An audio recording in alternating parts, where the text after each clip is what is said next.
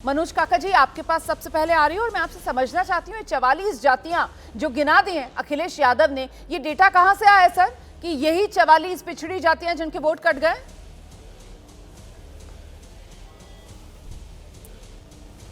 आपका सवाल बहुत अच्छा है और ये आंकड़ा कहां से आया तो आप नोट करिए। चंदौली में हमारे ही जिले में एक विधानसभा सीट है सकलडीहा, जहां समाजवादी पार्टी के ही विधायक हैं। वहां एक बूथ संख्या है, आपको बता दूं, एक बूथ संख्या 176, 177, 176 पे 7 और 177 पे 27 वोट काटे गए। 27 डिलीशन के फॉर्म आए और सारे के सारे इसी पिछड़ी जातियों के आए, मुसलमानों के आए, यादव के आए, कुम्हार के आए, कुर्मी के आए, राजभर के आए। और सुनिए, जब वहाँ की बीएलओ ने इसका प्रतिकार किया, चूंकि बीएलओ ने कहा कि ये तो सारे लोग जीवित हैं, निर्वाचन ऑफिस से उसके पास फॉर्म 7 आ गए, तो कहा कि नहीं, हम ये तो सारे लोग जीवित हैं, इनका वो हम नहीं एक्सेप्ट कर सकते। उसने अपने ऐप में, चूंकि जैसे एक्सेप्ट करती वैसे वोट कट जाता, तो उस बीएलओ को भी एसडीएम ने कारण बताओ नोटिस दे दिया। तो ये प्रत्यक्ष को प्रमाण किया हो सकता। आपका ही जो मंच है, आप एक विधानसभा सीट है लखनऊ में ही, राजधानी में सरोजनी नगर, उस पर एक बूथ है चिल्लावा पर आपका खुद का रिपोर्टर गए और रिपोर्टर ने वहां रिपोर्ट करी कि 127 लोगों के, दशरथ नाम के व्यक्ति के नाम से साइन करके फॉर्म 7 डिलीशन के दिए गए और उस दशरथ ने इनकार किया कि हमने किसी का नहीं दिया।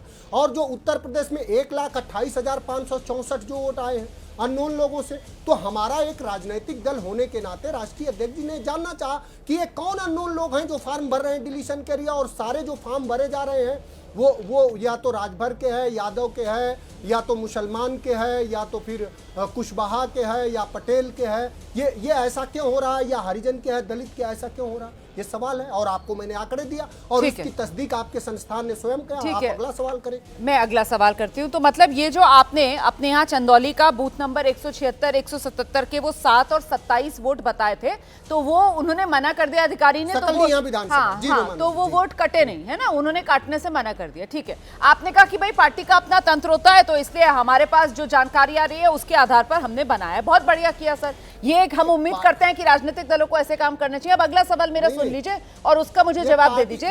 अगर इतना एक सेकंड सवाल सुनिए प्लीज। वो इलेक्शन, ये देश के निर्वाचन, ये देश के इलेक्शन कमीशन का भी, देश के निर्वाचन मेरा सवाल सुन लीजिए, मेरा सवाल निर्वाचन आयोग भी कह रहा है कि हमें 1,28,564 डिलीशन के फॉर्म मिले हैं और वो सब अननोन नाम से मिले हैं। तो देश के निर्वाचन आयोग, सवाल सुन लीजिए, सवाल सुन लीजिए राष्ट्रीय अध्यक्ष मनोज सिंह काका जी, मेरा सवाल सुन लीजिए। नहीं, आप मेरा सवाल सुन लीजिए ना। आप इतने जिम्मेदार राजनीतिक दल हैं, इतनी बड़ी धांधली हो रही है, आपके नेता कह रहे हैं साहब ये 44 जातियां, उन्होंने जातियां गिना दी है, कुर्मी, पाल, बोरिया, लोधी, लोध, ये तमाम वो जातियां गिना रहे हैं। लेकिन मैं जो जानकारी लेकर आई हूं इस पर जवाब दे दीजिए दर्शकों को। भाई 16 फरवरी कल तक जो समाजवादी पार्टी की तरफ से इंक्लूजन के क्लेम्स दिए गए, जो समाजवादी पार्टी की तरफ से इंक्लूजन के क्लेम्स दिए गए हैं, वो सिर्फ 11,016 हैं। आपसे ज्यादा तो बीजेपी ने इंक्लूजन के क्लेम्स दिए हैं 25,959 और आप लोगों ने 11,016 क्लेम्स ही दिए हैं इंक्लूजन के। तो अगर इतनी धांधली हो रही है और आपके कार्यकर्ता इतने एक्टिव हैं, तो नाम जुड़वाने की भी थोड़ी कवायद करती हुई नजर आनी चाहिए ना समाजवादी पार्टी। ये आंकड़ा तो कुछ और बता रहा है। तो बस आंकड़े पर आप आ गई, बिल्कुल ठीक है। हम ऐसे पहले राजनीतिक दल हैं जिसने इस देश के निर्वाचन आयोग को 18,000 लोगों का एफिडेविट दिया 2022 चुनाव के बाद। आज 5 साल बीत गए, एक जवाब नहीं आया। और उनके इंक्लूजन के फॉर्म इसलिए ज्यादा हैं, आपने सही सवाल पूछा कि उनका एसडीएम उनका है, डीएम उनका है, और जिला निर्वाचन अधिकारी कौन है आपको पता होना चाहिए, डीएम है। और डीएम और एसडीएम और तहसीलदार, ईआरओ सब उनके हैं, तो उनके तो ज्यादा होंगे ही, और हमारे ऊपर से ज्यादा डिलीट किए जा रहे हैं। यही तो सवाल है, हमारे सवालों का ही आपने जवाब दिया है। तो यही देश के निर्वाचन आयोग से हम पूछना चाह रहे हैं। समाजवादी पार्टी की मांग है कि जो लोग डिलीशन के फॉर्म दे रहे हैं उनके नाम, नंबर, उनके फोटो ये देश का निर्वाचन आयोग जाहिर करे, नहीं अपने ऊपर भारतीय जनता पार्टी का झंडा लगा ले और ये खत्म कर दे कि इस देश में अब लोकतंत्र नहीं है। चुनाव आयोग की तरफ से कहा जा रहा है पूरी पारदर्शिता बढ़ती जा रही है, फॉर्म 7 जो दे रहा है उसकी पहचान के साथ फॉर्म 7 लिया जा रहा है। आप लेकिन जो सवाल उठा रहे हैं, मैं सीधे के शर्मा जी का रुख करूंगी, बीजेपी के प्रवक्ता हैं, के शर्मा जी से जान लेते हैं। मतलब समाजवादी पार्टी हक की लड़ाई लड़ रही है। अब ये 44 पिछड़ी जातियां अगर इनके वोट कट रहे हैं और समाजवादी पार्टी आवाज उठा रही है, तो फिर ये तो लोकतंत्र के हित में काम कर रही है समाजवादी पार्टी। के शर्मा जी। रोमाना जी, देखिए, जो टेक्निकल पक्ष है उसका जवाब तो चुनाव आयोग देगा, लेकिन मैं जो उस पर राजनीति हो रही है SIR पे, मैं उसका जवाब देता हूँ जी। पहला SIR अभी कुछ 1-2 वर्षों में बिहार में हुआ। ये कांग्रेस पार्टी हो, समाजवादी पार्टी हो, RJD हो, इन्होंने क्या क्या नहीं किया। 4 महीने कोर्ट चले गए, वहाँ पर झूठा राहुल गांधी तक प्रेस कॉन्फ्रेंस करके 4-5 लोगों को दिखाने लगे, वो किसी मृतकों से चाय पीने लगे, पूरी नाटक नौटंकी पूरा रचा बिहार के अंदर। चुनाव हुआ, ये बुरी तरह चुनाव हारे, और हारने के बाद इनकी बोलती बंद हो गई। चुनाव के समय भी ये कुछ भी नहीं बता पाए, ना चुनाव के बाद। अब तो शांति ही है, अब तो SIR का नाम भी कोई नहीं लेता वहां पर। तो ये हालात इनके इसलिए बनते हैं क्योंकि यह बहुत बुरी तरह हताश और निराश है। यही हाल अब अखिलेश यादव उत्तर प्रदेश में, वो ये कर रहे हैं।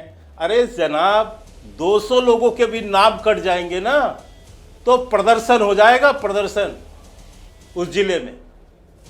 कोई, रोमाना जी, आप सोच सकते हैं जिसका नाम कट जाए बोर्ड से, इतने 2,88,000 लोगों का, और पूरा उत्तर प्रदेश शांत मिले आपको, ये संभव होता है क्या?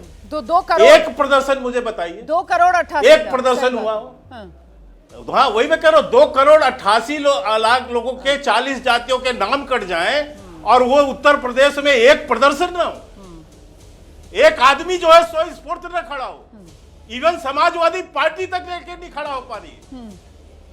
और यहां पर बैठ के टीवी में बतौलेबाजी करना, कुछ भी बोलना, चुनाव आयोग को गाली बकना, ये जो है एक इनका सगल बन गया है। जवाब ले लेते। आश्चर्य, कोर्ट पे मामला, कोर्ट के अंदर कोई रोक नहीं, कितना झूठ बोला। संसद में बहस हो गया, संसद के बहस से भाग के खड़े हो गए, जवाब नहीं सुनना पसंद किया, ये विपक्ष उठ के भाग गए वहां से। यह तो इनकी वास्तविक हालात है, और केवल क्या है, राजनीति करनी है, झूठ बोलना है। कोई तो इनका वो लायबिलिटीज तो है नहीं, कोई विश्वसनीयता तो बची नहीं है। ठीक है, मैं जवाब दे, अखिलेश यादव की आज क्या विश्वसनीयता? मैं जवाब दे रहा हूं। आप जो आरोप लगा रहे हैं मनोज सिंह काका जी, ये सिर्फ और सिर्फ एक नैरेटिव बनाने की कोशिश समाजवादी पार्टी की तरफ से की जा रही है क्या? और के शर्मा ने कहा कि साहब, बिहार के अंदर विपक्ष का यही नैरेटिव था जो फुस हुआ। देखिए रोमाना जी, जो साथी ने जो बात कही है कि बतौलेबाजी हो रही है, इस देश में सबसे बड़ा बतौलेबाज कौन है ये जानता है देश। 2 करोड़ नौकरी का, स्वदेशी का, क्या क्या, और स्मार्ट सिटी का किसने बतौलेबाजी करी, और आज अमेरिका के हाथों सब कुछ, किसान से लेकर के पूरी बाजार गिरवी रख दिया किसने, तो जानता है, वो बीजेपी के ही सर्वोच्च नेता प्रधानमंत्री हैं। तो सबसे बड़े बतौलेबाजों की यह गिरोह है। हमने दिया, हमने क्या 18,000 एफिडेविट नहीं दिया है, आपके संस्थान के पास है। अगर जिस देश में लोकतंत्र में निर्धारित हो कि एक वोट से कोई सांसद और विधायक होता है और एक वोट से कोई हार जाता है, वहां 18,000 लोगों का हमने एफिडेविट दिया, जवाब नहीं आया। 1,28,000 का जो हम मांग रहे हैं, रिपोर्ट मांग रहे हैं, वो निर्वाचन आयोग का डेटा है, ये समाजवादी पार्टी का डेटा थोड़ी है। तो यहाँ कुछ पता नहीं है, अपने क्या बोलना है, बाएं साएं बोलना है। मुख्यमंत्री उत्तर प्रदेश के स्वयं कह रहे थे कि 4 करोड़ वोट कट रहे हैं। उत्तर प्रदेश के मुख्यमंत्री ने स्वयं मीटिंग करके अपने कार्यकर्ताओं को कहा कि हर बूथ पर 100 फर्जी वोट जोड़ो। अपने मुख्यमंत्री से पूछते, योगी आदित्यनाथ से, उनसे बड़ा बतौलेबाज और झूठा कौन है इस देश में?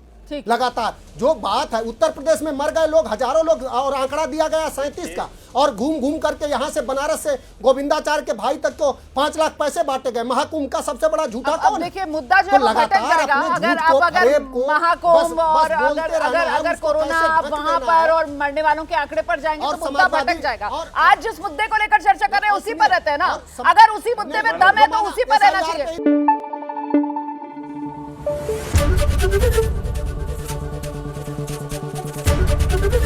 एबीपी न्यूज आपको रखे आगे।